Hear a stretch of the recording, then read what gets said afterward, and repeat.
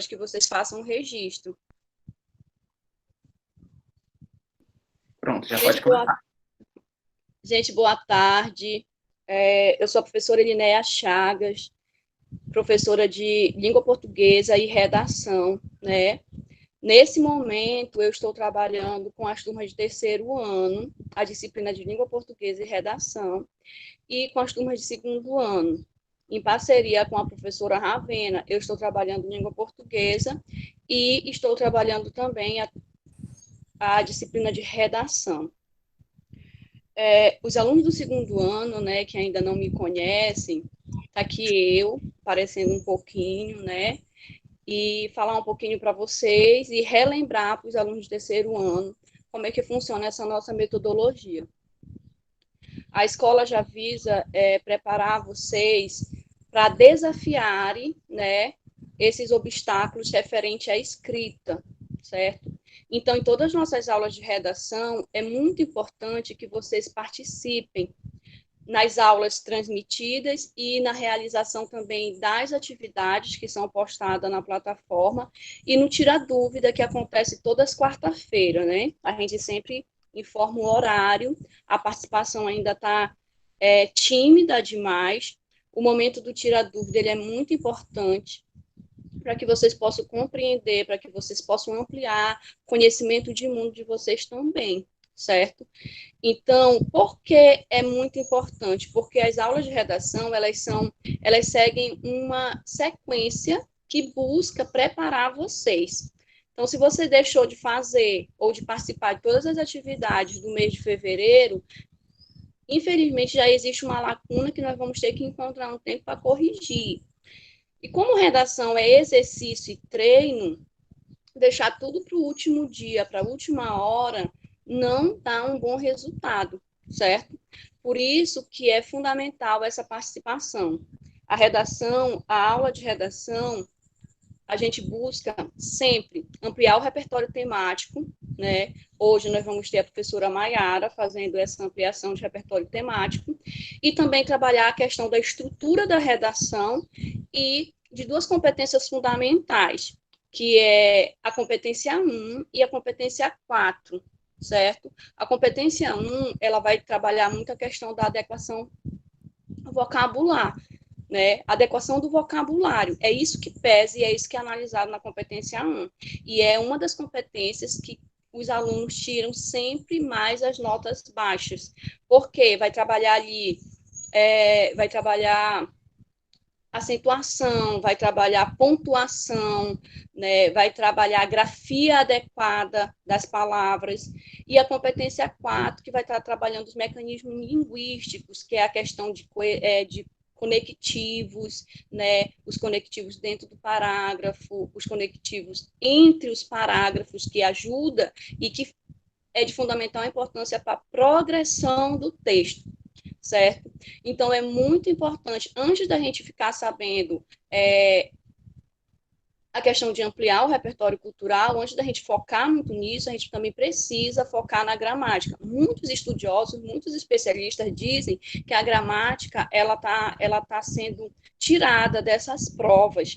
Engano completamente, sabe? Porque a gramática, todas as provas agora, até prova de concurso, seleção de emprego que você vai fazer, você tem que fazer uma redação. O gênero é colocado pela banca. A banca que realiza o Enem, o INEP, ele já consolidou como o texto dissertativo argumentativo. Por isso que fica mais prático para se trabalhar dentro da estrutura e da formatação desse texto, certo? Mas a gramática, ela está ali presente. Por quê? A gramática, quando você vai resolver questões de interpretação textual, você precisa dela, senão você não resolve bem, você não compreende bem o texto. A gramática, quando você vai escrever a redação, você precisa dela. Então, a gente precisa colocar isso em dia, correr atrás dessas coisas ainda que a gente sabe que tem uma certa necessidade, que tem uma certa lacuna de aprendizado, trabalhar em cima dessas lacunas para a gente conseguir, certo? Eu vou apresentar para vocês, no decorrer da aula, alguns alunos que foram convidados, alunos da escola, da turma de 2018, que concluiu agora em 2020. né, alunos que eles têm um pouquinho para falar para vocês, né, das experiências deles mesmo, né, de como é que eles se articularam, como é que eles se organizaram, como é que eles eram no começo e como é que agora, depois dos estudos, eles estão conseguindo trabalhar essa questão da redação. Em seguida, eu vou chamar a professora Maiara, que é a nossa professora de geografia. A professora Maiara, na aula de hoje, ela vai trabalhar o tema o uso e a cobertura do solo no Brasil. Isso vai estar falando de ambiente, isso vai estar falando de desigualdade. Esse repertório temático a gente sempre traz em todas as aulas, porque a gente não traz só a estrutura do texto, a gente não traz só a estrutura do texto, a gente não traz só gramática, a gente precisa ampliar o conhecimento de mundo. Né? E um dia desse, um aluno me perguntou, professora, e como é que eu faço isso? É leitura, né? É assistir jornal. Ah, tia, eu não gosto, não. Então, vai só para os podcasts, vai lá para os canais de notícia, vê só a notícia que você quer, né? Porque cada vez mais a redação, principalmente do Enem, ela está sendo voltada para aluno que tem domínio de conhecimentos diversos. Não é um conhecimento específico, é conhecimentos diversos. Assistir documentário, assistir série, assistir filme, ouvir música. Vocês vão ver no decorrer desse ano, os meninos de terceiro ano já estão mais acostumados com essa metodologia. Os meninos que estão no segundo ano vão ver no decorrer desse ano que a gente sempre vem trazendo tudo isso, diverso. Literatura, obra de arte, questões sociais, música, documentário, notícias, podcast, tudo isso nutre, alimenta o que nós chamamos de conhecimento de mundo. E eu preciso ter um conhecimento de mundo o mais amplo que eu conseguir, para que no dia que eu me deparar com um tema proposto, né, eu possa estar conseguindo fazer essa relação, tá bom? Nesse momento agora eu vou chamar a aluna Kelviane. A aluna Kelviane é ex-aluna da escola do terceiro ano, da turma terceiro ano C, né? A turma C concluiu agora e ela vai falar um pouquinho com vocês aí sobre essa questão dessa experiência, essa relação dela com o texto e com a redação. Kelviane. Oi. Tá.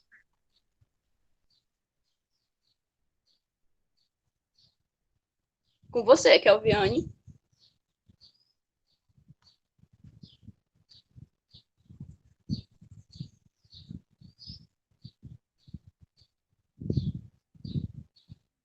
Kelviane.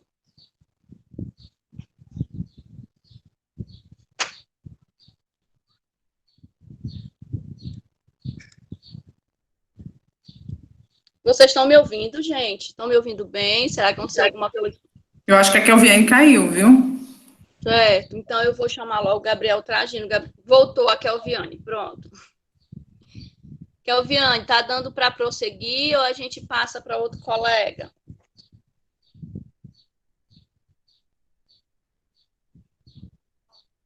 Eu acho que ela tá com problema mesmo. Gabriel Tragino já está aqui com a gente, né?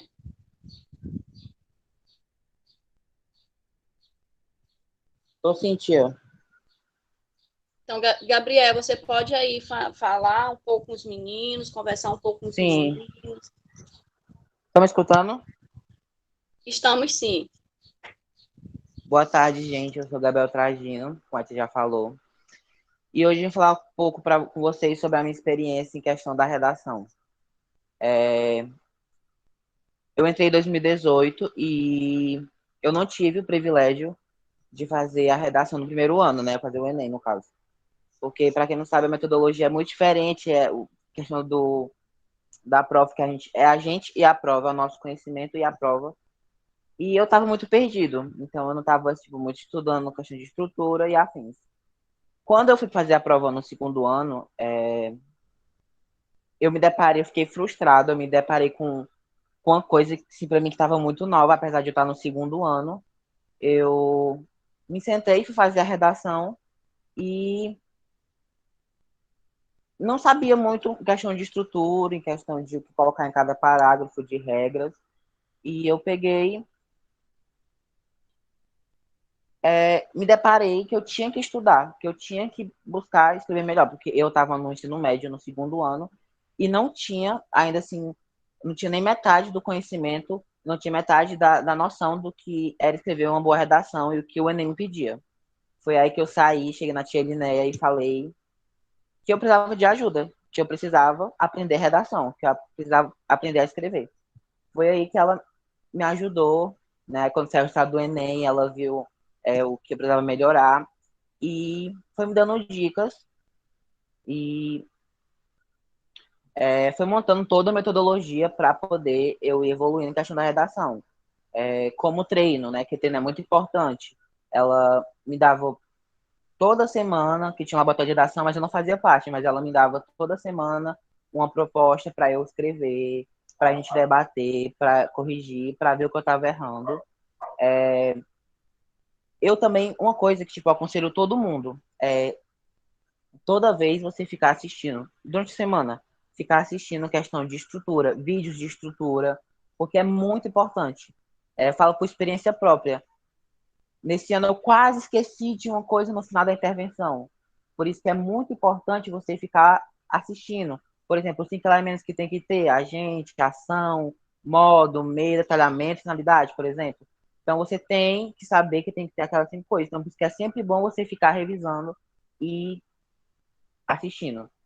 E colocando em prática, porque a prática, como tem aquele ditado, a prática é a perfeição. Então, você treinar a redação semanalmente, escrever semanalmente, corrigir as redações, que é muito importante, vai fazer você evoluir em questão da escrita. Porque não adianta só você saber a teoria e não saber a prática. Então, você tem que formular o seu jeito de escrever. Você não pode chegar e pegar, por exemplo, o jeito que a Kelviane escreve e formula uma redação e eu aplicar comigo, porque a mesma forma que ela escreve não é o meu. Eu tenho o meu modo, eu tenho o meu jeito, eu tenho o jeito que eu organizo as minhas ideias, que eu organizo os meus parágrafos, que eu coloco os meus argumentos, que eu coloco os meus pontos de e afins. Então eu preciso me adequar ao meu jeito de escrever, por isso que o treino é muito importante, né? É, Claro que a teoria também você tem que ficar revisando, como eu falei, questão do argumento, pontuação, questão da vírgula. é, por isso que assistir vídeo aula, assistir esses encontros que a escola faz é muito importante, me ajudou muito. Aí eu só ir vendo meus erros, porque quando tipo, você vai percebendo, daqui a pouco você vira o seu corretor. Porque de acordo com que você vai errando, você vai vendo, nossa, eu errei aqui, essa vírgula não era aqui, esse agente, ou essa proposta não era aqui. Então, eu pegava e corrigia a minha redação e tentava melhorar. E sempre buscando repertório. Ia assistir um documentário, via muita notícia.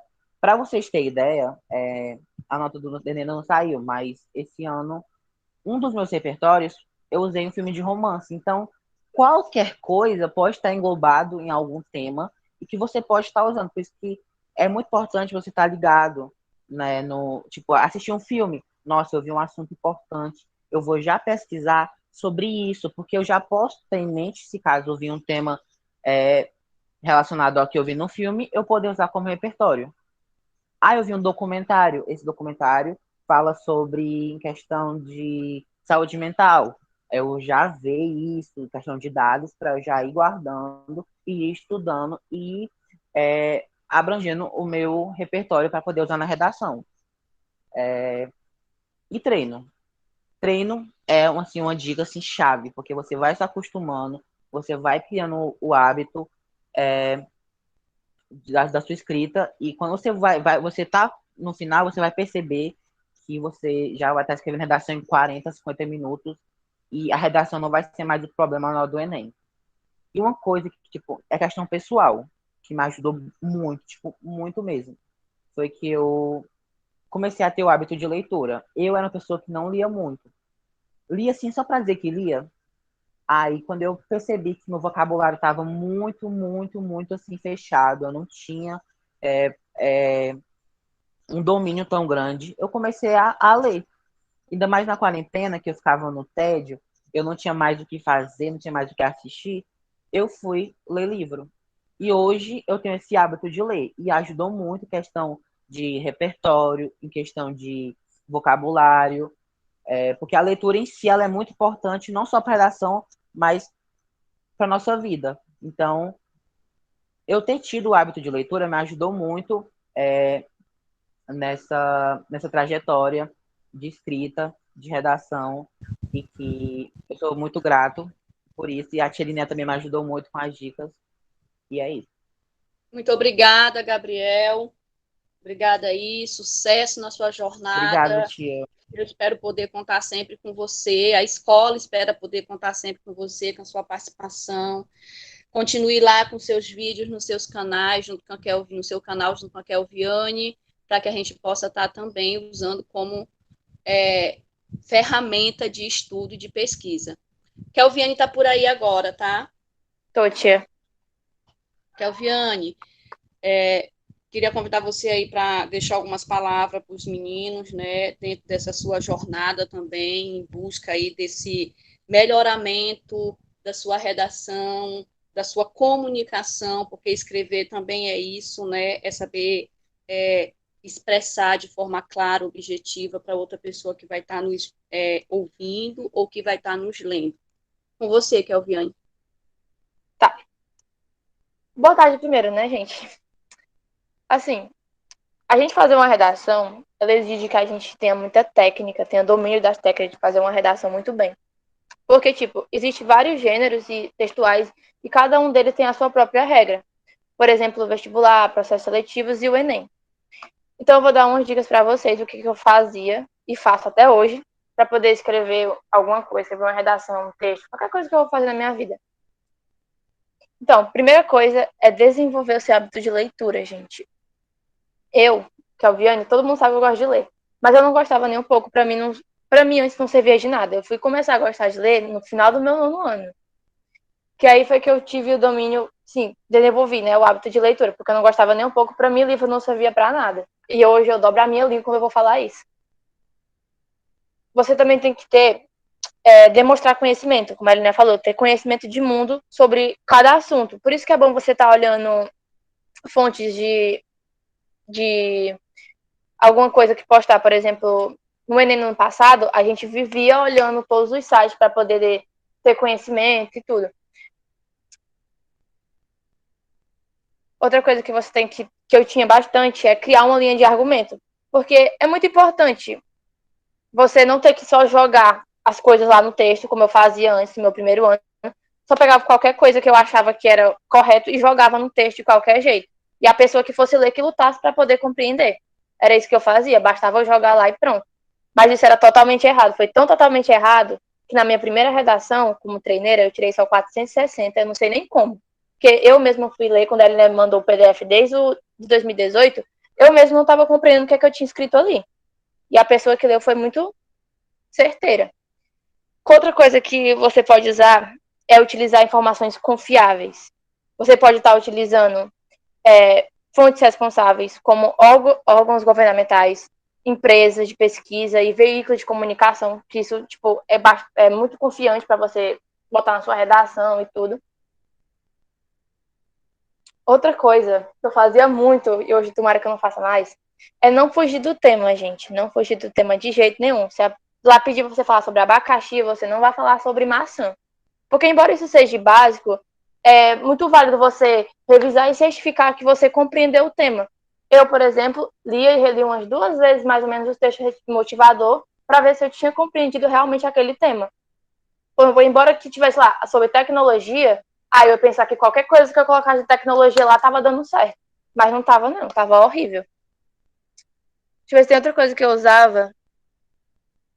Ah, sim. Eu assistia muita série, muitos filmes. E eu procurava olhar cada coisinha que cada pessoa falava. Por exemplo, sobre meio ambiente. Eu olhava cada coisa de filme, eu voltava o filme todinho e tudo, para poder ver se eu poderia jogar aquilo ali em alguma coisa. E realmente ajuda bastante. E você pode estar usando eles como argumentos para a sua redação, que isso conta bastante. Os livros também vocês podem estar usando, porque uma coisa que me salvou muito quando eu escrevi alguma coisa, quando eu treinava semanalmente, quando eu fazia uma redação, e quando teve aquele Enem Mix, não era, né, que falava? Acho que era. que a gente escrevia a redação e mandava lá. Gente, foi maravilhoso. Eu escrevia um monte de vezes, mandava para a Elinelli, né? Corrigia, bom, escrevia de novo para poder aperfeiçoar e ficar melhor a minha redação. E outra coisa, gente, que eu aprendi quando eu estava estudando para fazer o Enem desse ano, foi. Tava eu, o Everton e o Gabriel, a gente estava conversando na casa do Gabriel, né? Aí eu mandei a minha redação, botei assim, Everton, lê minha redação. Aí o Everton leu a redação e falou que faltava isso, faltava aquilo, faltava sei lá o quê. E o Gabriel também falava isso, faltava aquilo. Gente, faltava tanta coisa na minha redação que eu nem sabia ainda. E outra coisa que eu aprendi, que era tipo assim, eu li uma redação de uma pessoa e eu achava que a minha redação tinha que ficar daquele jeito, do mesmo jeito que a pessoa escreveu. E estava totalmente errada, porque aquele é o jeito que ela escreve. Cada pessoa vai ter o seu jeito de escrita. Não é porque tá perfeito daquela pessoa, cheia de palavras difíceis, cheia de, sei lá o que, códigos de constituição, filme, série, fala de filósofo e tudo. Gente, não é porque tem tudo aquilo que tá perfeita a sua redação. E muita gente, as pessoas erram colocando um monte de coisa, mas acabava errando. Eu fazia muito isso, eu achava que, essa redação ficou tão legal, mas tão legal, que eu acho que a minha perto dela não dava nada. E eu tava totalmente errada com isso, porque, tipo, eu escrevia de um jeito, aquela pessoa escrevia de outro. Mas mesmo assim, não dizia que a minha estava errada. Eu focava muito naquilo, que eu tinha que ter a minha redação perfeita, perfeita, perfeita. Por mais que tenha que ser uma redação, assim, compreensível, eu tinha que fazer alguma coisa, porque não custava. Eu também fazia muita coisa que era pegar pedaços já escritos. Gente, eu cometia tanto erro. Eu pegava um pedaço escrito, jogava a minha redação, pegava e colocava outra coisa, nada a ver, que eu achava que estava um sucesso na minha redação, mas não estava não, estava horrível. Então é isso, gente. Busquem utilizar fontes confiáveis, não fuja do tema, crie argumentação, não deixe as coisas soltas, porque o Gabriel me deu muito na minha cara, porque eu jogava as coisas soltas na minha redação, e a pessoa que lutava para poder adivinhar o que eu queria falar. Desenvolva também hábito de leitura, gente. Comecem assim. Eu, por exemplo, não comecei. Quando eu comecei a aprender não, né? Comecei a ter o hábito de leitura, eu procurei logo uma coisa que eu gostava de ler. Por exemplo, eu gostava muito de romance, e eu comecei a ler romance. O primeiro livro que eu li, nem lembro mais qual foi, porque foi tantos. Mas procure ler a primeira coisa que você gosta. Por exemplo, você viu um filme de aventura, então vai buscar um livro de aventura para ver se você gosta. E vai começando assim aos poucos, aí quando você for ver, você vai estar amando os livros. Obrigada, Kelviane. E, gente, quando a Kelviane fala assim que o Gabriel deu na cara dela, é no sentido figurado, vocês sabem, né? Sentido figurado é verdade. O sentido real da frase. Até porque eles se amam, são irmãos assim, mesmo fraternais, e eles não se agridem, né? Não existe violência. Daqui a pouco a gente vai falar um pouco com a Ingrid, que era da turma A também, concluiu, e com o Everton, né? E aí eles vão falar um pouco também para a gente da trajetória deles aí em busca dessa construção e dessa superação dos obstáculos em relação à escrita, certo?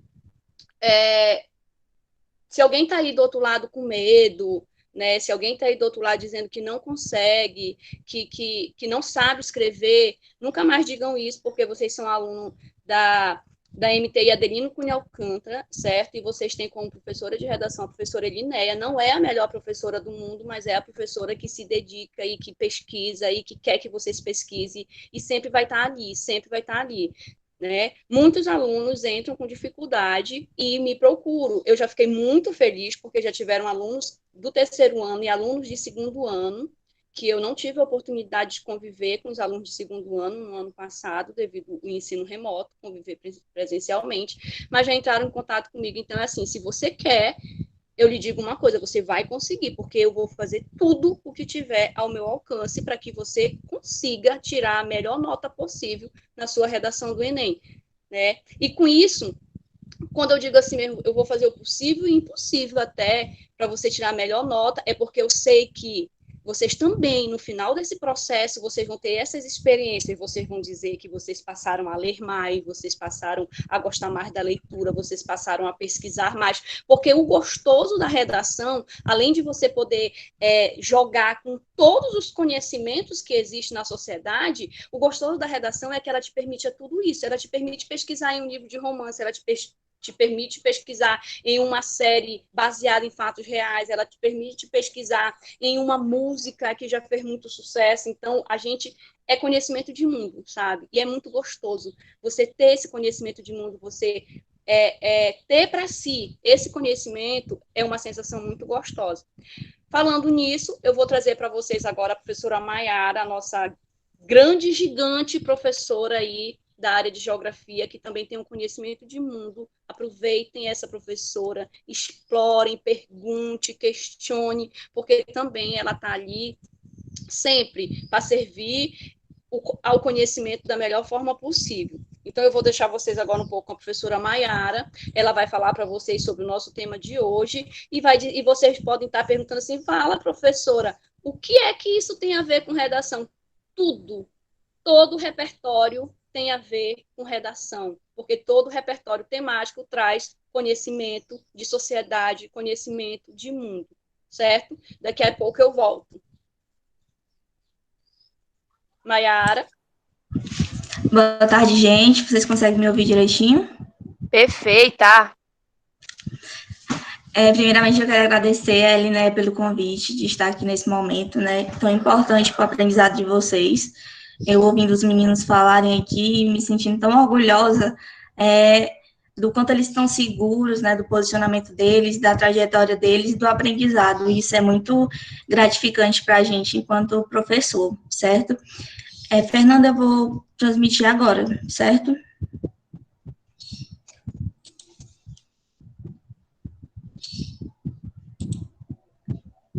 Tá, ok, Mari.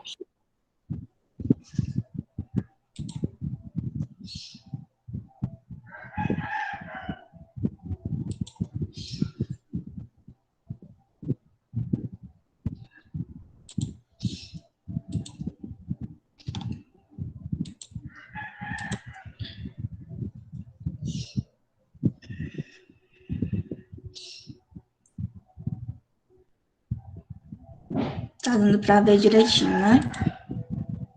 Tá, sim. E aí, já chegando à nossa temática, né, que, como a professora Elinéia falou, tem tudo a ver, porque, às vezes, assim, a gente pega um nomezinho mais difícil, né, o uso e a cobertura do solo no Brasil, e aí a gente acaba não associando que, sim, é um tema atual. Quando a gente fala de uso do solo no Brasil, a gente está falando de desmatamento, de queimadas, de uso mesmo de agricultura, de atividades econômicas. Então, tudo isso está envolvido na nossa atualidade e, sim, é uma possibilidade de tema para redação e, sem dúvidas, uma fonte importante de aprendizado para vocês mesmo, para a formação de vocês. Eu, desde já, peço desculpa pelos os barulhos externos que vocês vão ouvir. E eu vou começar para vocês aqui dando o primeiro dado, certo? Para a gente fazer uma redação, como os meninos falaram, a gente tem que ter uma fonte para citar o nosso texto como argumento. Então, a fonte que eu vou citar aqui hoje é um relatório do IBGE do ano de 2018. Então, se vocês quiserem citar qualquer informação que a gente vai explanar para vocês aqui, vocês podem usar essa fonte, na IBGE do ano 2018. IBGE, para quem não sabe, é o Instituto Brasileiro de Geografia e Estatística, e aí ele fez esse monitoramento, assim como ele faz diversas pesquisas, seja de dados populacionais, sociais, econômicos, certo? Ele faz todo esse levantamento mesmo de dados em nosso país. E aí eu trago para vocês hoje um levantamento que ele foi desde o ano de 2000, do ano 2000 até o ano de 2018. Então, de certa forma, ele ainda está um pouco desatualizado, né, porque a gente já está em 2021. Então, acreditem que todas as informações que eu vou dar para vocês, na atualidade, ela pode estar um pouquinho alterada, certo? Muito possivelmente para mais. E aí, nesse relatório, ele vai definir o uso da terra como o uso do solo, como tudo que está relacionado à ação humana, certo?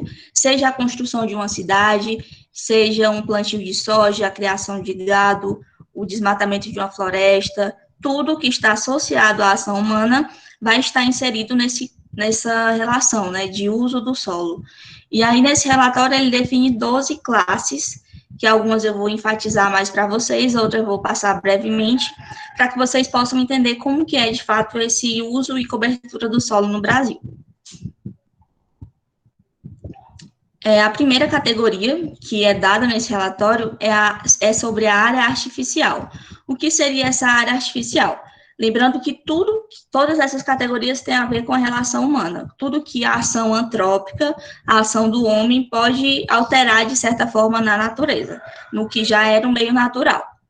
E aí, primeiramente, a primeira classe, a gente tem a área artificial, que seria diretamente um ambiente urbano, onde a gente tem a construção de uma cidade, tem uma densidade populacional, uma densidade de prédio, um processo de verticalização mais forte, assim como qualquer área que for de construção mesmo. E aí, nessa categoria, eu tanto tenho essas superfícies antrópicas, né, não agrícolas, que é estruturadas por edificações e sistema viário, então, um ambiente padrão de uma cidade, como também pertence a essa classe as áreas que são de exploração e extração de substâncias minerais. Então, esses dados vão estar referentes a isso. E aí aqui eu tenho essa análise. Desde o ano 2000 até o ano de 2018, como eu falei para vocês. Será que essa área artificial, como que ela foi se movimentando ao longo desse tempo? Então, no ano 2000, a gente tinha uma área artificial de 34.567 quilômetros quadrados, certo? Destinado à cidade, à exploração mineral. Já ao longo desses anos, né, a gente, chegando no ano de 2018, a gente tem uma área de 38.294. Acha, mas não foi um aumento tão grande assim, estava em 34, foi para 38. Mas o que eu quero que vocês entendam sobre todo esse uso do solo, como é que isso acontece? Se uma área tinha uma quantidade no ano 2000, e em 2018 ela já aumentou essa quantidade, significa que essa área ela pegou território, pegou espaço de um outro uso, certo? Por exemplo, antes eu tinha uma floresta, e aí eu fui construindo uma cidade. Essa cidade, no ano 2000, ela estava em equilíbrio com essa floresta. Só que aí, ao longo do tempo, eu fui precisando de mais espaço. Eu queria construir um condomínio, queria construir um outro bairro, e aí eu vou pegando espaço dessa floresta, e aí eu já tenho um outro uso para esse espaço, tá certo? Uso esse que gera um impacto ambiental. Então, primeiramente, eu tenho para vocês essa primeira classe, que seria o uso artificial.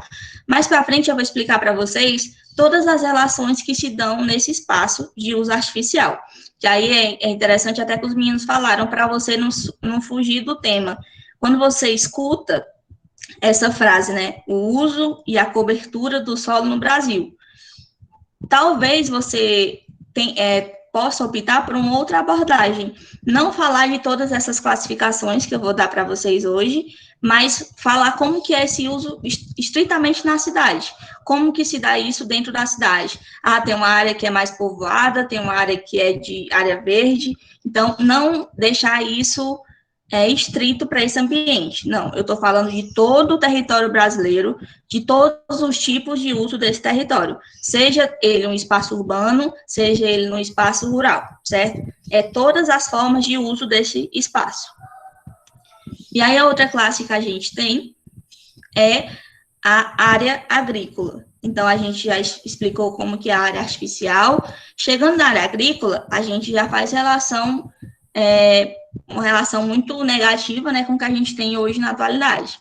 O agronegócio, que é esse tipo de cultivo que é principalmente voltado para a exportação, ou seja, para a venda para outros países, e não exatamente para o consumo familiar.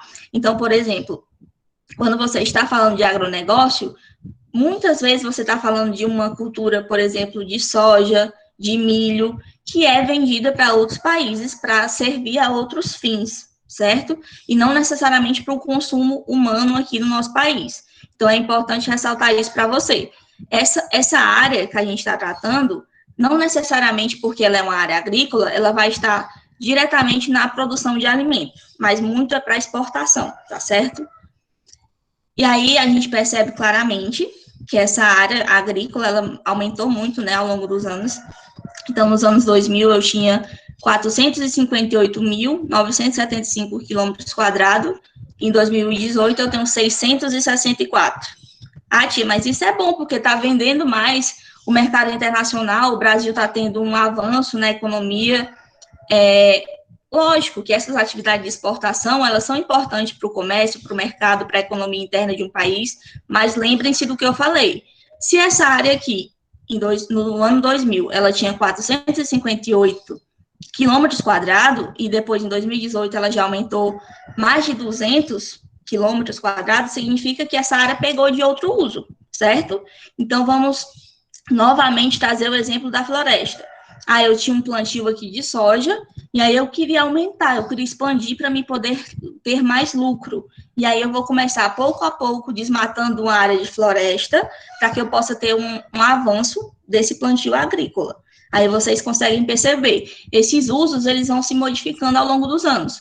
E o tipo de ocupação que mais sofre, que mais é prejudicada, são as áreas florestais, tá certo? Porque quando eu vou desenvolver essa atividade econômica, eu preciso de mais espaço. Quanto mais eu plantar, quanto mais eu investir na minha produção, mais lucro eu vou ter. Então, sempre eu vou querer mais espaço para me destinar a essa produção. E isso a gente vê na nossa televisão, né, todos os dias nos jornais, essas notícias de conflitos, de avanço nessa fronteira agrícola, de desmatamento, de queimadas. Então, tudo isso é algo muito atual, como eu falei para vocês. E lembrando que esses dados são de 2018. Então, 2019 e 2020, a gente teve uma abertura muito maior. Então, ano passado, a gente teve notícias, né, de queimadas, de desmatamentos muito mais intensos na região da Amazônia, do Pantanal, na região do Cerrado. Então, essa taxa de desmatamento, de impacto ambiental, ela foi muito mais amplificada nesses 2 últimos anos, certo? E aí, a outra classe que a gente tem aqui é a pastagem com manejo. E aí, o que seria essa pastagem com manejo? Seria, logicamente, esse pasto, né, a criação de animais, mas aí eu vou adotando algumas técnicas para não ter um impacto tão forte no solo, não ter uma compactação do solo. Então, não é somente a criação, não é somente o pastoreio, né, não é somente a criação dos animais, mas eu tenho um uso de uma técnica para não ter um impacto muito forte no solo. E aí, a gente tem aqui, no ano 2000, a gente tinha 885, e aí, quando chega aqui em 2012, já tem um aumento que vai se mantendo linear até 2018. Em 2018, eu tenho 1.125.194 quilômetros destinados ao pastoreio, certo? A essa pastagem com manejo. Então, observem, a agropecuária no Brasil é uma das atividades econômicas do setor primário mais fortes, né, que mantém a nossa economia e tudo mais, e aí o quanto que ela foi crescendo ao longo desses anos. Isso significa que se aumentou o território desse tipo de atividade, houve a diminuição de outra que não era de tão interesse econômico, digamos assim. E aí, seguindo aqui na nossa caracterização, né, desses diferentes usos do território brasileiro, a gente tem umas classes dessa daqui que não são assim tão... Não tem necessidade de eu explicar tanto para vocês, certo? Mas tem outras que são mais interessantes. Essa aqui trata-se do mosaico de ocupação em áreas florestais. Quando eu falo mosaico, vocês já lembram do sentido da palavra mesmo. Existem diferentes usos, certo? Um pedaço é destinado a isso, outro pedaço é destinado àquilo. E aí eu tenho um uso misto, uma ocupação mista nesse local, nessas áreas florestais, certo? E aí eu tenho tanto o uso agrícola como a pastagem, o uso dessa técnica, né, que eu falei para vocês, que é a silvicultura. E aí eu tenho esses diferentes usos no mesmo local. E aí quanto que isso foi aumentando ao longo dos anos. De certa forma, né, se manteve linear, houve até uma diminuição, né, e no ano 2000 era 847, em 2018, 833. Então, já houve uma diminuição, mas essa diminuição significa que talvez deixou de ser um uso misto e virou somente uma atividade, certo? Se eu estou falando aqui de uso agrícola, então significa que talvez esse uso agrícola se sobrepôs a uma outra atividade que era desenvolvida, certo? Por isso que houve um aumento das áreas de uso agrícola também. E aí, essa silvicultura, como eu falei para vocês, ela tem um objetivo que seria uma técnica de preservação. Então, eu vou introduzir um outro tipo de cultivo. É o caso do eucalipto, por exemplo, que aí, no lugar de pegar uma floresta natural e fazer o processo de desmatamento para a produção de madeira, para destinar a outros fins, ela faz um plantio de eucalipto, por exemplo, e aí essa madeira, que foi de reflorestamento, né, ela é utilizada para comercializar, certo? Então, essa silvicultura, de certa forma, ela tem até um lado positivo, mas nem tanto, né, porque a gente sabe que você pegar uma floresta natural e substituir o plantio de uma floresta, por exemplo, do poste da floresta amazônica por eucalipto, você não está fazendo o mesmo efeito, não está tendo um equilíbrio ambiental ali, certo? E aí, isso foi aumentando, né, ao longo dos anos. No ano 2000, eu tinha 50 mil quilômetros destinados a isso.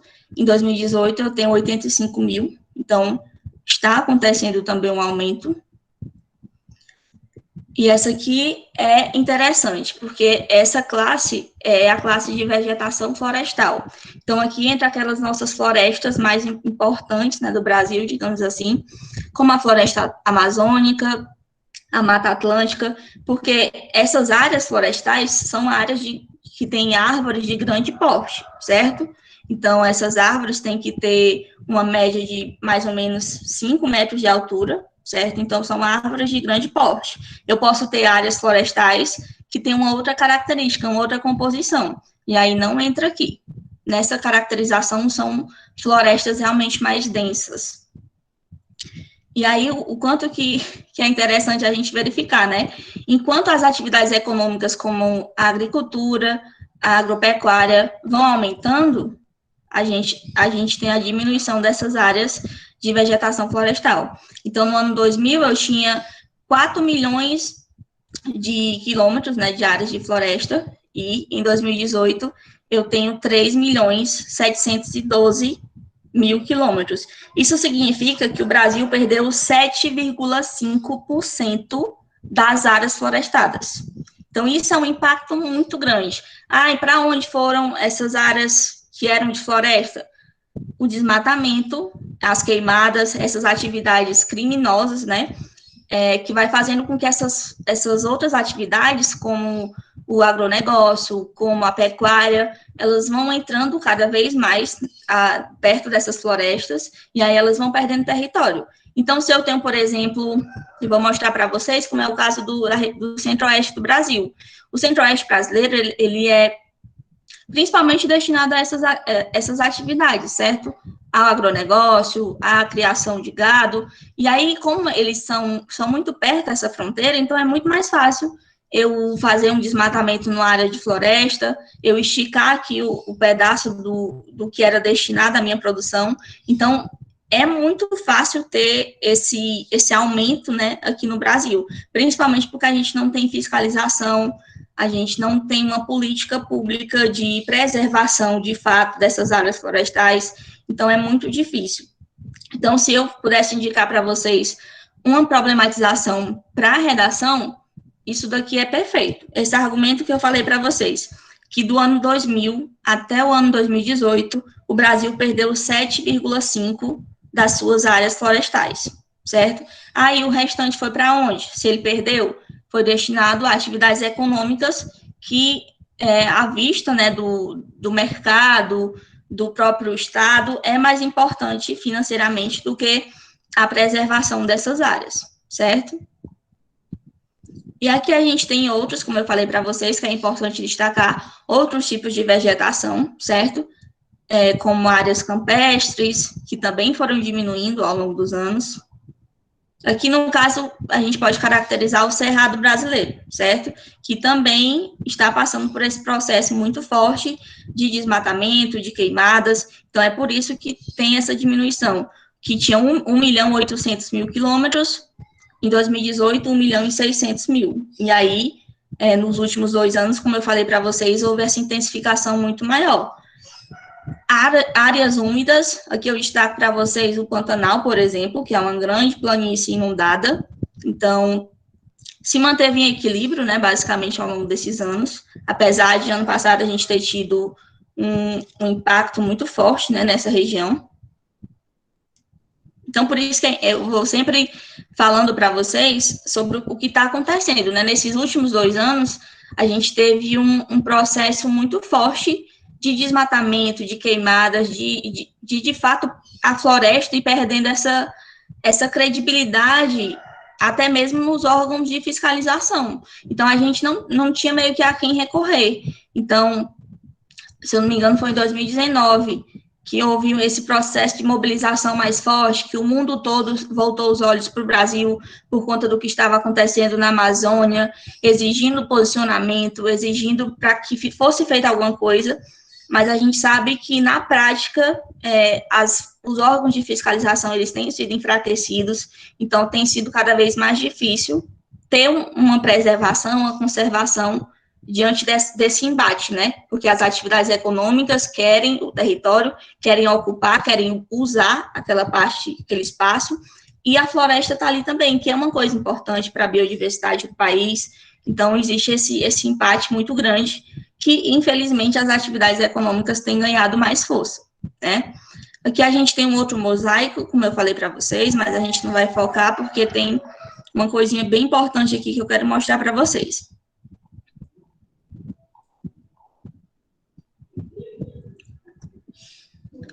Deixa eu só carregar aqui, porque esses dados, eles são mais complexos de serem carregados. Pronto. Aqui, nessa animaçãozinha, né, a gente tem esse histórico, o que aconteceu no Brasil desde o ano 2000 até o ano 2018. Observem aqui essa área que está em tom verde, que, sobretudo, aqui é na região norte, característica pela floresta equatorial amazônica. Então, essa área de vegetação florestal, tá certo?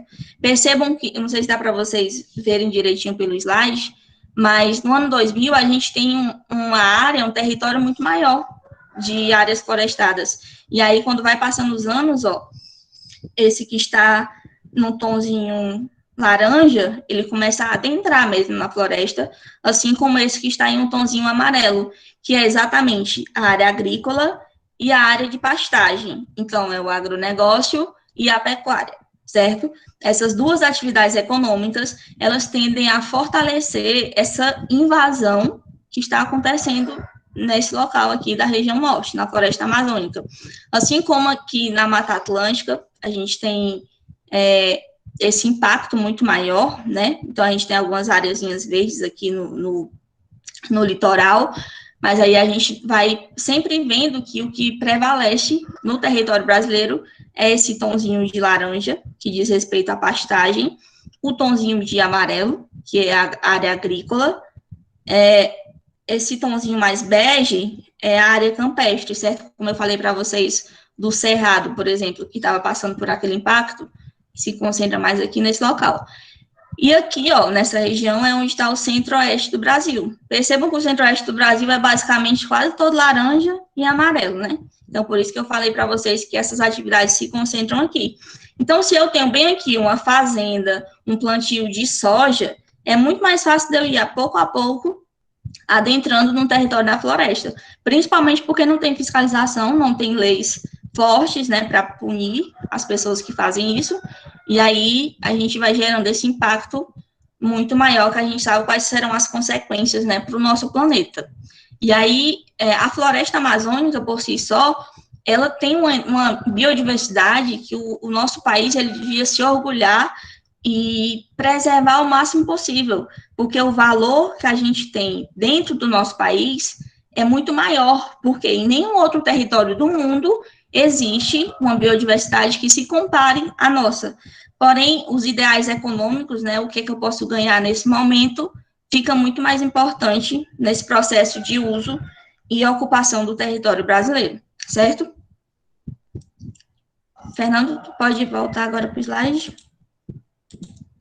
Posso sim.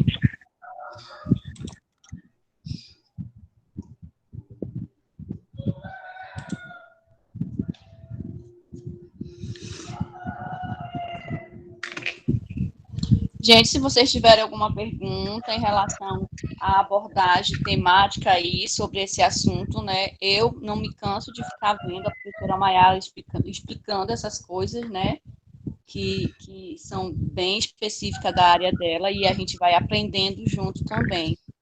quiserem perguntar alguma coisa, pode colocar ali no bate-papo, pode abrir o microfone para falar, fiquem à vontade. A gente está aqui para bater um papo mesmo e aproveitar, aprender algumas coisas nesse bate-papo. Então é isso que a professora Helena falou, precisando, estou aqui para responder. Pode passar o slide, Fernanda. E aí, vocês lembram da primeira classe que eu falei para vocês, que era o uso artificial? Então, quando eu falei para que vocês não fugissem do tema na redação, é porque se vocês se deparassem com esse tema, o uso e a cobertura do solo no Brasil, vocês teriam que analisar todas aquelas classes. Eu indicaria para vocês analisar 4 classes principais, né? Que é o uso artificial, o uso direto, digamos assim, do homem, nas cidades, no ambiente urbano, nas atividades de mineração, as áreas florestais. Então, o que está acontecendo com essas áreas ao longo do tempo? Estão diminuindo. Por quê? Porque 2 atividades econômicas principais estão se expandindo no território brasileiro: agronegócio e pecuária. Esses 4 elementozinhos, vocês vão ter um texto riquíssimo de dados mesmo para a redação de vocês. E aí, quando eu falei de um ambiente artificial, né, de uma área artificial, eu estava me referindo tanto às atividades de mineração, como eu falei para vocês, mas também do espaço urbano, principalmente. E aí, como que esse espaço urbano, como que é o uso, né, desse espaço urbano? Então, a gente sabe que essa é uma categoria geral de todo uso e ocupação no Brasil, e aí eu vou agora centralizar para o espaço da cidade e relacionar com as desigualdades sociais. Por quê? Eu amo essa fotozinha aqui, então vocês já devem ter visto pelo menos umas 3 vezes, e possivelmente ainda vão ver muito mais, porque com essa foto aqui eu consigo falar de tanta coisa para vocês, consigo falar de um sistema econômico que a gente vive, que é o sistema capitalista, onde o que é o principal objetivo? O lucro. Então, quem tem dinheiro, quem tem riqueza, sempre vai querer mais, sempre vai querer esse lucro. E, para isso, acabam que outras pessoas são exploradas, né? São pessoas que vendem a sua força de trabalho em troca de uma remuneração. E aí, essas pessoas, elas têm uma renda, uma qualidade de vida muito menor. E aí, essa diferença de renda, enquanto eu tenho uma pessoa rica e uma pessoa que ganha um salário mínimo ou que está desempregada, ela é totalmente materializada no espaço geográfico. Então, a pessoa que é rica, ela vai morar aqui, né? Nesse condomínio de luxo, com a piscina individual em cada apartamento, quadra de tênis, de golfe, outra piscinazinha ali, segurança, porque tem que ser um condomínio fechado. O Brasil não é um país muito seguro, então o investimento em segurança é algo primordial. Então, eu tenho esse paraíso dentro do espaço da cidade. E aí eu faço o quê?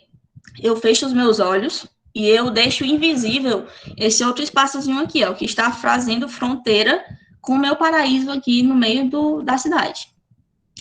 Nesse outro lado aqui, eu vejo pessoas que não têm acesso a saneamento básico, que deveria ser um direito de todos os brasileiros, né, de todas as pessoas no mundo mesmo.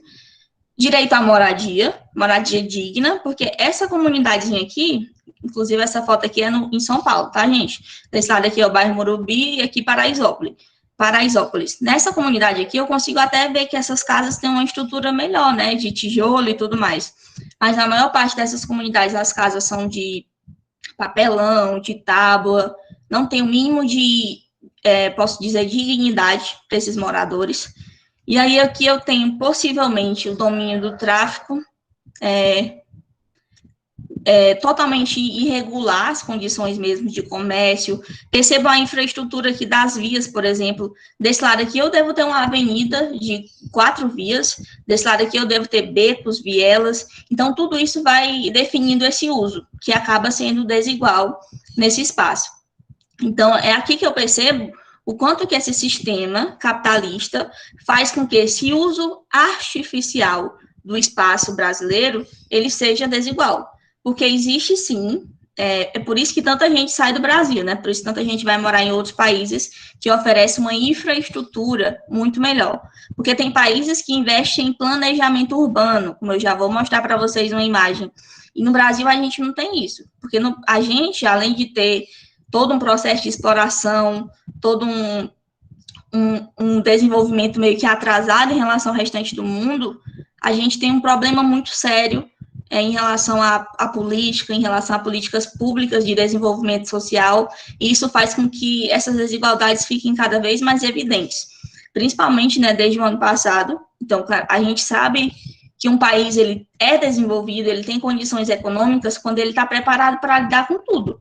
Então, no mundo, hoje em dia, atualmente, eu tenho um país como... Agora me fugiu aqui da minha mente. Tem países de primeiro mundo que compraram o equivalente a 8 doses de vacinas por habitantes, e tem países como o Brasil, que eu acho que não vacinou nem 2,5% da população. Então, tudo isso é muito relevante nesse cálculo, certo? Então, essas condições de desigualdades, elas vão desde a moradia, até o salário, até todos os serviços e possibilidades de desenvolvimento humano dentro de um país, tá certo? Pode passar, Fernando. E aí, aqui eu tenho possibilidades, né, para falar desse uso artificial. Lembrando para vocês que eu estou falando meio que de umas subclasses, né? Naquela ocupação de comunidade que eu falei para vocês, é onde é mais provável de acontecer isso daqui. Como eu não tenho um olhar de políticas públicas, como eu não tenho saneamento básico, como eu não tenho o mínimo de planejamento nessas áreas, eu tenho esses problemas. Então, eu tenho aqui áreas alagadas ou inundadas, e aí ou pode ser que isso aqui seja um leito de um rio mesmo, que ia passando nesse local, e aí foi ocupado. Então, possivelmente aqui era uma área florestada, digamos assim, né? Porque se a gente tem um rio, a gente tem a vegetação aqui, a mata ciliar, e isso tudo vai meio que sendo ignorado nesse processo de ocupação. Então, eu construo minhas casas aqui, tento fazer o máximo de adaptação. Percebam que tem essas meio que madeiras para deixar a casa mais alta. E aí eu vou ocupando o máximo de espaço que eu conseguir. Por quê? Porque eu preciso ficar naquela cidade. Eu sou parte daquela população. E aquele espaço ali foi o que me restou. Então, o que eu posso fazer para me viver lá?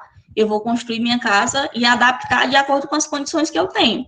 Então, eu vou ter esse processo de muito lixo, poluição exatamente aqui nas ruas, e tudo isso vai gerando uma série de problemas mesmo, quando vem um período de chuva, que inunda tudo, a água entra nas casas, as pessoas perdem as coisas, ou até que chega num lado muito mais sério, né, digamos assim, quando as casas, elas são construídas nessas encostas de morro. Então, se você tem, por exemplo, uma região plana, ali é uma área que qualquer engenheiro vai dizer para você, você pode fazer sua casa ali, vai ser bom, você vai ter condições de segurança e de tudo mais. Mas quando você não tem condição econômica para morar em outro lugar, para ter acesso a uma outra possibilidade, você vai morar onde tem, né? E aí você vai, mais uma vez, nessa briga por ter mais esse espaço. Então, constroem-se essas casas em encostas de morro, tira a vegetação. Então, essa vegetação aqui é o que mantém esse morro fixo. Quando você planta uma casa, quando você tira a árvore para colocar na casa, isso aqui fica tudo solto. E aí a gente tem um desmoronamento de terra e todo aquele impacto, né, dentro da cidade. E aí, esses são alguns dos problemas que eu posso destacar para vocês dentro do uso artificial, que apesar de cada dia mais o uso artificial ir tomando outros espaços, né, a cidade em si, as atividades econômicas irem se expandindo para outros espaços, dentro da cidade, dentro do espaço da cidade, esse processo também acontece, em uma escala menor, mas que geram esses impactos aqui, que também são muito fortes nessa dinâmica aqui das pessoas mesmo, nesse convívio dentro da cidade. Então, é como se a gente visse assim, gente, ó, o que está acontecendo com as florestas, hoje, todo esse desmatamento, queimadas, esses impactos, no futuro, a gente vai ter um resultado muito pior, certo? Então, todos os cientistas afirmam que isso vai acontecer, é uma coisa clara, concreta, que o futuro vai ter um peso negativo, e quando a gente vê isso dentro de uma cidade, por exemplo, quando uma casa é construída numa área que não era para ser, onde aquela área não era necessariamente destinada a um uso artificial, mas que foi utilizada, a gente já tem esse impacto aqui. Imagine o que pode acontecer quando a gente tem uma escala muito maior, né, digamos assim, quando acontece numa proporção de uma floresta em um país. Pode passar, Fernando. E aí eu encerro com vocês aqui mostrando essa imagem. O que seria ideal, né, nesse uso artificial? Seria um planejamento urbano, que as pessoas, que as políticas públicas, que os governos fizessem esse planejamento. Então, aqui eu tenho uma cidade, onde aqui eu tenho um quarteirãozinho muito bem feito, com as áreas verdes sendo preservadas, com um padrão mesmo, uma padronização das ruas, de tudo isso. E aqui eu tenho um amontoado de casa, na encosta aqui tem uma área de um rio que possivelmente está poluído.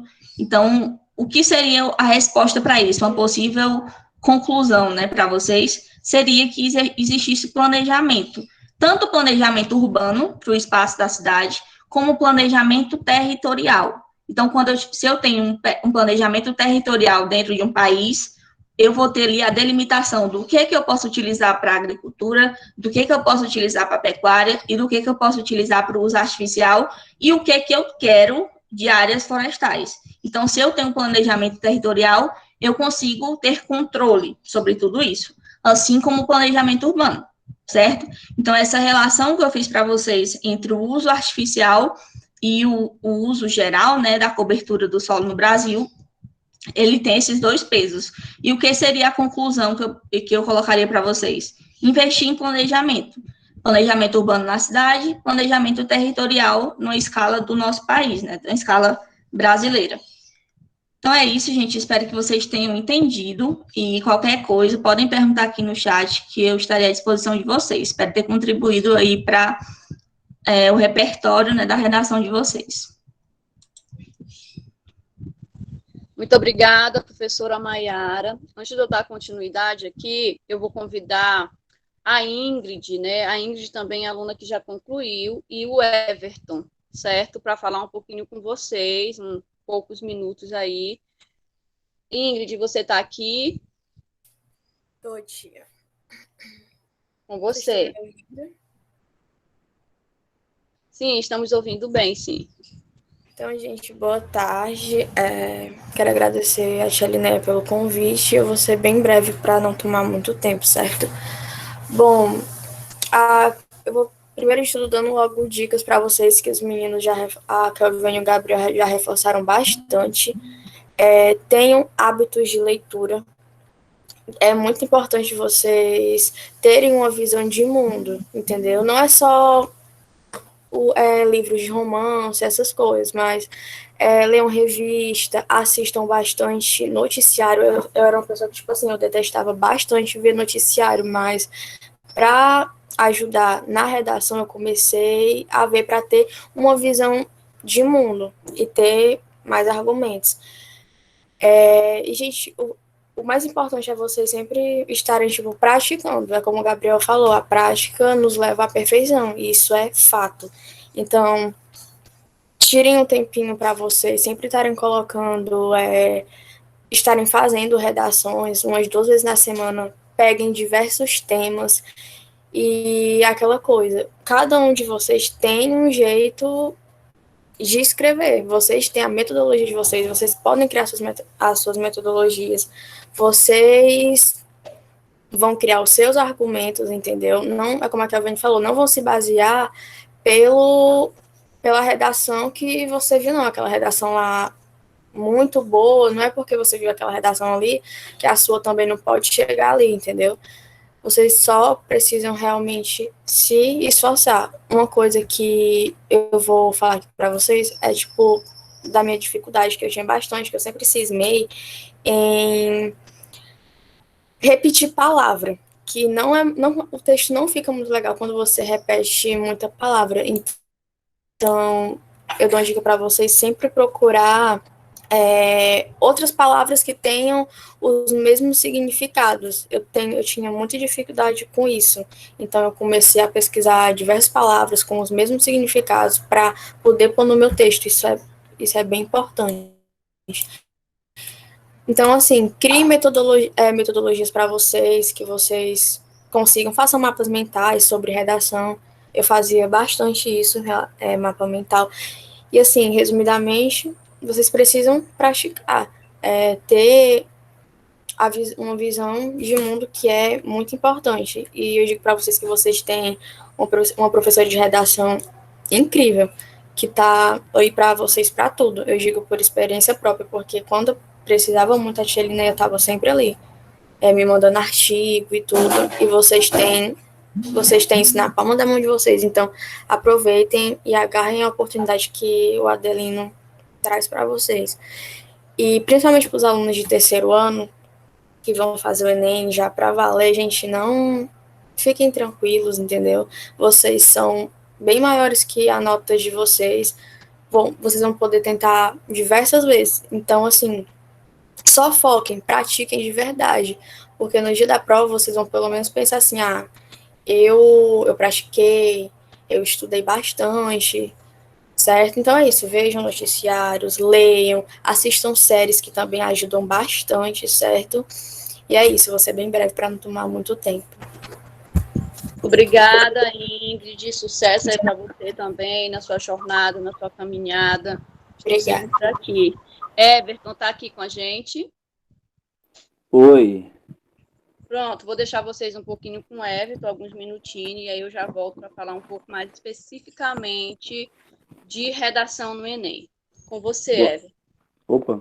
Boa tarde a todos, eu me chamo Everton. Eu vim trazer algumas dicas, né? Eu comecei também em 2018, né? Acabei ano passado, terceiro ano. E no primeiro ano, né, foi meio conturbado, eu mal buscava estudar realmente, redação. Mas sabia mais ou menos, né?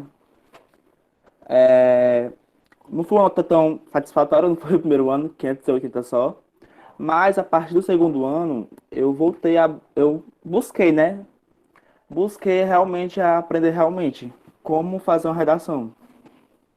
Eu já tive uma melhora na nota do Enem, que tirei 780 no segundo ano. E alguns métodos que eu utilizei foi fazer redações toda semana realmente. Sempre buscar um tema para fazer, para praticar, né? E você criar o seu próprio esqueleto de texto. Porque todas as pessoas escrevem de forma diferente realmente. Eu tinha meu próprio esqueleto. E esse esqueleto eu encaixava em qualquer redação que eu fazia. Sempre eu iniciava com um repertório histórico, colocava minha tese, e eu já buscava estudar sobre dados para colocar como repertório do primeiro desenvolvimento. E buscava filmes, citações, livros, para colocar no desenvolvimento 2. E na parte de proposta, eu também já tinha todo o meu esqueleto. Eu já tinha os meus nexos que eu sempre utilizava, portanto, ademais, outro sim. Tudo isso é bom você praticar realmente. Outras coisas também você pode estar achando jornais, né? Como os meninos lhe falaram, não foi?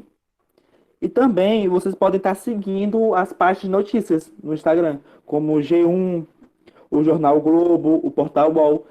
E eles postam bastante notícias. Tanto que o Enem, ele pega essas notícias e coloca nas suas questões e nos seus textos motivadores. E outra coisa que vocês podem estar fazendo é buscar repertório. Buscar repertório por eixos. Estudar realmente por eixos temáticos. Educação, economia, meio ambiente, saúde, violência, segurança. Não estudar por temas específicos. Você pega um tema daquele eixo e estuda sobre aquilo. Porque realmente o tema do Enem é muito difícil alguém acertar. Tanto que a aposta no passado era educação, educação, educação, educação. Só que chegou no momento, não era educação, era saúde mental, né? O MEC, o INEP, todos postando educação, educação, e todo mundo falava que era educação. Chegou na hora, era sobre saúde mental. E também para vocês ler a cartilha do corretor e o material dos módulos do corretor, que o INEP liberou no passado.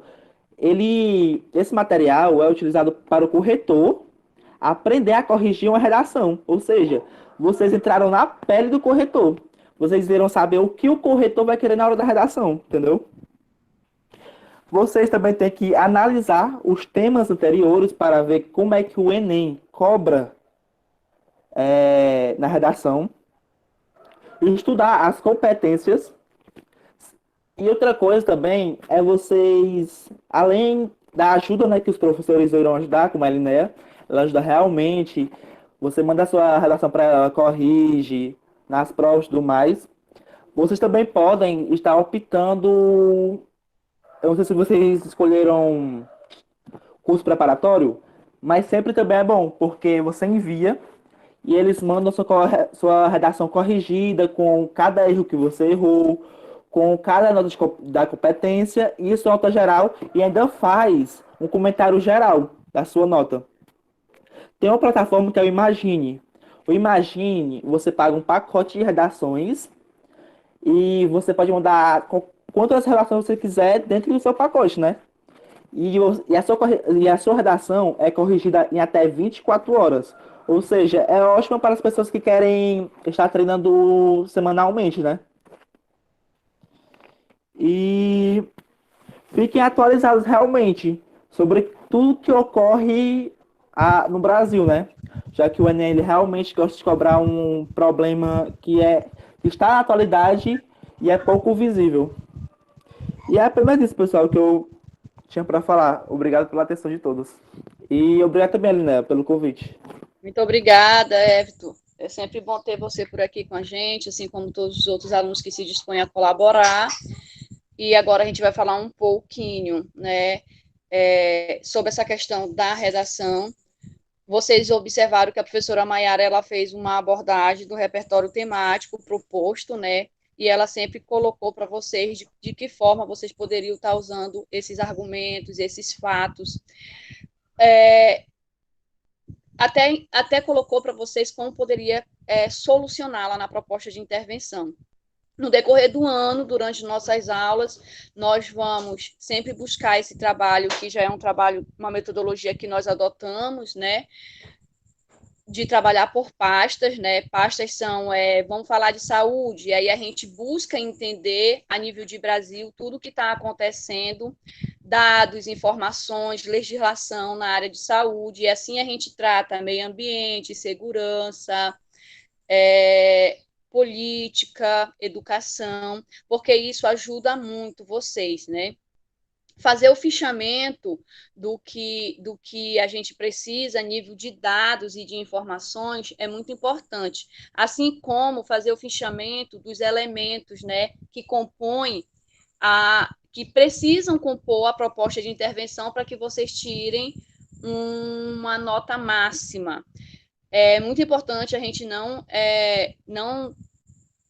deixar de treinar, né? Se eu reconhecer, eu sempre costumo dizer para meus alunos que redação é isso, é treino, é leitura, é pesquisa, é determinação, é organização, é persistência.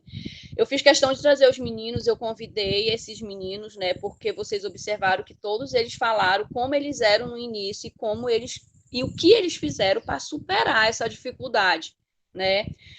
E para a gente superar a nossa dificuldade, primeiramente, a gente tem que ter humildade de reconhecer que nós temos uma determinada lacuna, uma dificuldade em determinada área, né?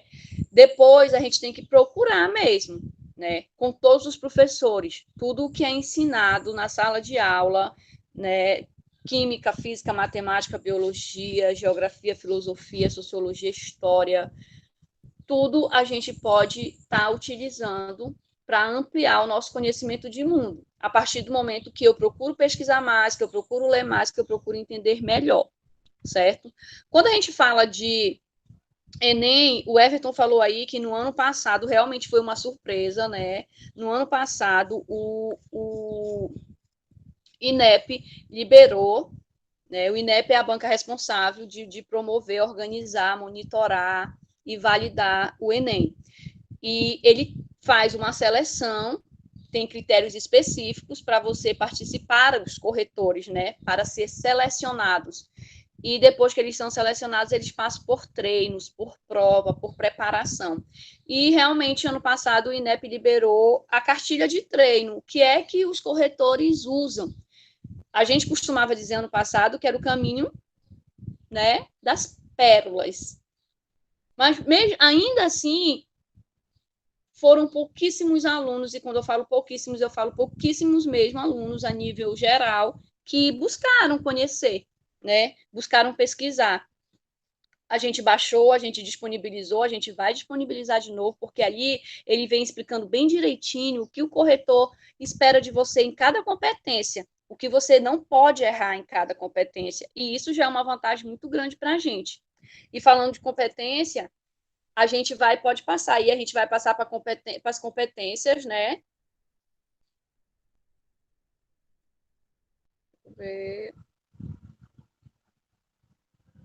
Eu vou mandar esses slides das competências, até porque eu acabei de visualizar aí que eu cometi uma falha, ficou faltando a competência 1, mas eu vou mandar as imagens, na verdade, das competências da redação do Enem para vocês nos grupos, que fica até bom para vocês deixarem salvo. Quem quiser imprimir para fazer um fichamentozinho, deixar no seu painel de estudo. É muito importante você ter um painel de estudo, uma organização e uma rotina de estudo, certo? Não tem aí, mas a competência 1, ela vem cobrando da gente adequação vocabular, a questão da acentuação, do uso da crase, do uso do hífen, a questão da grafia das palavras de modo adequado, a questão do uso da letra maiúscula e da letra minúscula de modo adequado, separação silábica de modo adequado. Isso é que vem cobrando na competência 1. Vala, tia, eu não sei essas coisas. Nós vamos, então, ter que estudar essas coisas, certo? Aí a gente tem a competência 2, né? A competência 2, ela já vem querendo a questão do domínio, né? De que você compreenda a proposta da redação. É onde vai entrar a questão da tese, não confundir a tese com o tema. O tema eles já vão dar para vocês. A tese é a sua opinião sobre aquele tema, é o seu ponto de vista que você vai defender, que você vai apresentar fatos, que você vai argumentar e que você vai intervir no final, né? A competência 2, ela vem pegar um pouco da questão da estrutura do seu texto, né? A estrutura adequada, do seu texto não ser plagiado, de você não copiar na íntegra os textos motivadores, certo? Aí a gente tem a competência 3, pode passar, Fernando. A competência 3, ela já vem pedindo para você uma organização, né? Organização das suas ideias, do seu ponto de vista. Isso normalmente num todo, mas principalmente nos parágrafos de desenvolvimento, né?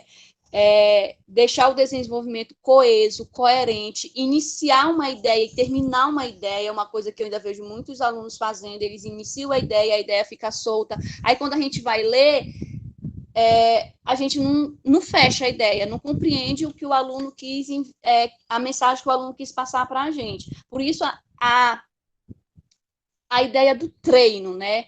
De você ler o que você escreve, certo? Porque quando a gente lê o que a gente escreve, a gente já consegue corrigir muita coisa. Depois a gente tem a competência 4, né? Competência 4, ela já vai pedir muita questão da coesão, né? Coerência, isso nós vamos estudar muito na gramática, que são a questão dos conectivos, né? Como é que eu uso esses conectivos? O Everton falou aí, assim, que ele já tinha os próprios nexos dele. Por quê? Porque ele já criou um estilo dele. É muito importante também a gente começar depois que a gente fizer todo esse estudo, principalmente a parte gramatical, a gente começar a criar um estilo de escrita. Porque a gente está treinando para escrever bem, não é isso? E não cada redação que a gente escreve, a gente adota um estilo diferente. Porque quando você cria um estilo de escrita, você já foca e você já trabalha naquele alvo. Você já vai buscar repertório daquela forma, você já vai buscar conectivos daquela forma, você já vai buscar organizar os seus parágrafos daquela forma. Aí depois a gente vai ter a competência 5, que também é a pérola, né? É o calcanhar de Aquiles, certo? Porque na competência 5 nós temos ação, agente, modo, efeito e detalhamento. Nós temos o que vai ser feito dentro de toda a problemática que vocês colocaram desde o início do texto de vocês, quem vai fazer, e aí a gente precisa conhecer esses agentes, né? Se eu estou falando de saúde, eu tenho que falar de Ministério da Saúde, de Ministro da Saúde, da pasta da saúde. Se eu estou falando de educação, eu não posso dizer que o Ministério da Saúde é o agente principal nessa ação. Muito importante também a gente entender que a gente pode usar mais de um, né? E a gente vai ter que treinar isso, estudar isso. Esse modo, né? Como vai ser feito aí, né? Como vai ser desenvolvido, o que vai buscar. Quando a gente for fazer análise de redações nota 1000, para que vocês possam se aproximar mais e entender melhor, a gente vai mandar essas partes todas soltas, certo? Competência 5 é muito importante, porém, ela é só uma parte do texto. Tem muita gente que foca muito em aprender a competência 5 e não aprende o resto do texto todo, né? Que a competência 5 é a proposta de intervenção. Então, a gente precisa entender que ela é uma parte do texto, ela é uma parte que ela serve para fortalecer o texto como um todo. Aí a gente deixa para vocês também... Pode passar, Fernando. Um pouquinho aí, né, do que os meninos falaram, de como a gente procura ter que estudar esse esqueleto de uma redação, né? Eu tenho a questão do parágrafo introdutório, né? Em uma das imagens vem explicando o que cada parágrafo deve conter, e na outra imagem vem trabalhando a questão também de linha. Para quem está me conhecendo agora, eu sou uma professora que eu busco trabalhar muito a questão mesmo do treino organizado, até o tempo, né? A gente, quando estava na sala de aula, a gente buscava resolver as questões dentro do tempo cronometrado, porque o Enem, ele é uma prova de resistência e uma prova de conhecimento, certo? Só que a gente sabe que tem um tempo estipulado e a gente também precisa aprender a gerenciar esse tempo para que a gente consiga fazer toda essa prova com uma fluidez bem legal, sem surtar, certo? Então, quando a gente trabalha na redação, a gente já tenta estipular uma estrutura de quantas linhas vão ter cada parágrafo, porque a gente sabe que as linhas que passam do que é imposto pelo edital, do que é consolidado lá pelo edital, elas são desconsideradas, certo? Então, eu preciso iniciar a minha ideia e fechar a minha ideia de uma forma bem legal dentro das linhas que o edital me coloca, porque a linha seguinte, ele já não vai mais considerar como parte do texto. Pode passar, Fernando. Pronto, aí a gente tem essa questão da introdução, né, que é o que a gente vai estar trabalhando muito no decorrer, e eu preciso que vocês deixem esse material gravado aí com vocês, salvo com vocês, para que vocês possam sempre estar consultando, né, na introdução, né, aí tem aí a introdução é a parte do texto, né, que a gente coloca a ideia-chave, é onde a gente vai apresentar ali o assunto do nosso texto, né, a partir daquela ideia principal, já que a gente tem a ideia temática que os textos motivadores já me traz, né? E ali eu vou desenvolvendo a minha introdução, certo? Em seguida, a gente vai ter um pouco do desenvolvimento, né? A gente tem um pouco do desenvolvimento, onde a gente deve apresentar fatos que fortaleçam o nosso texto, onde a gente deve argumentar, né, e fechar também a nossa argumentação, porque o nosso argumento não pode ficar solto, certo? E, por fim, a gente vai ter essa parte aí, que é a parte final do texto, né, a parte da conclusão. Mas, para que a gente estude tudo isso, para que a gente consiga se sair bem nessa redação, vocês precisam querer, precisa ter a participação de vocês, né? No Tira Dúvida da semana passada, eu falei para os meninos que os pouquíssimos meninos que estavam, porque a participação ainda está muito tímida, certo?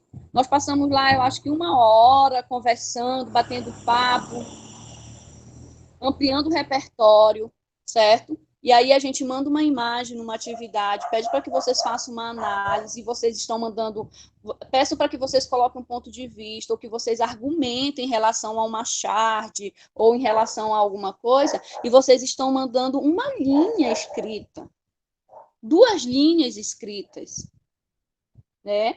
Eu preciso que a gente queira se desafiar mais. Por quê? Principalmente agora que nós estamos no ensino remoto, quando vocês mandam a atividade de vocês para mim, que eu leio, certo? Que eu vou fazer as observações, eu consigo captar um pouco da necessidade de vocês, para que eu possa traçar um planejamento para suprir essa necessidade de vocês.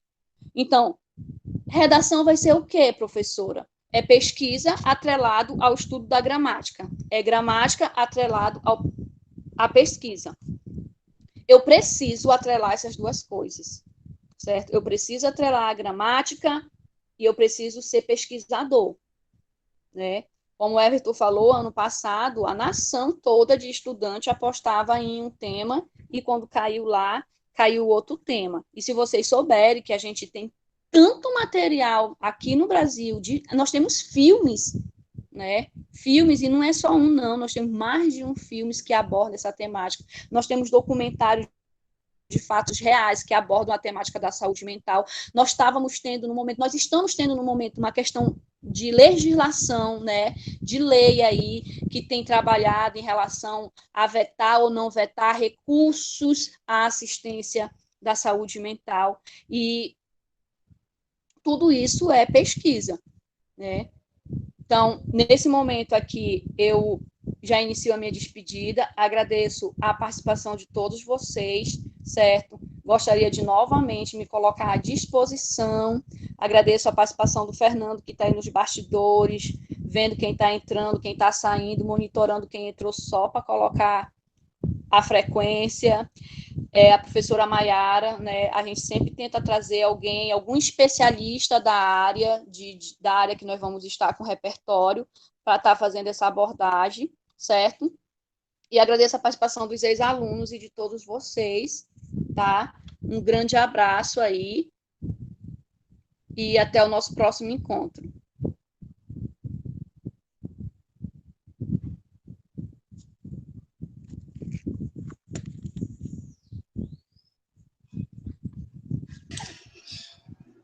Tchau, Liné, Fernando.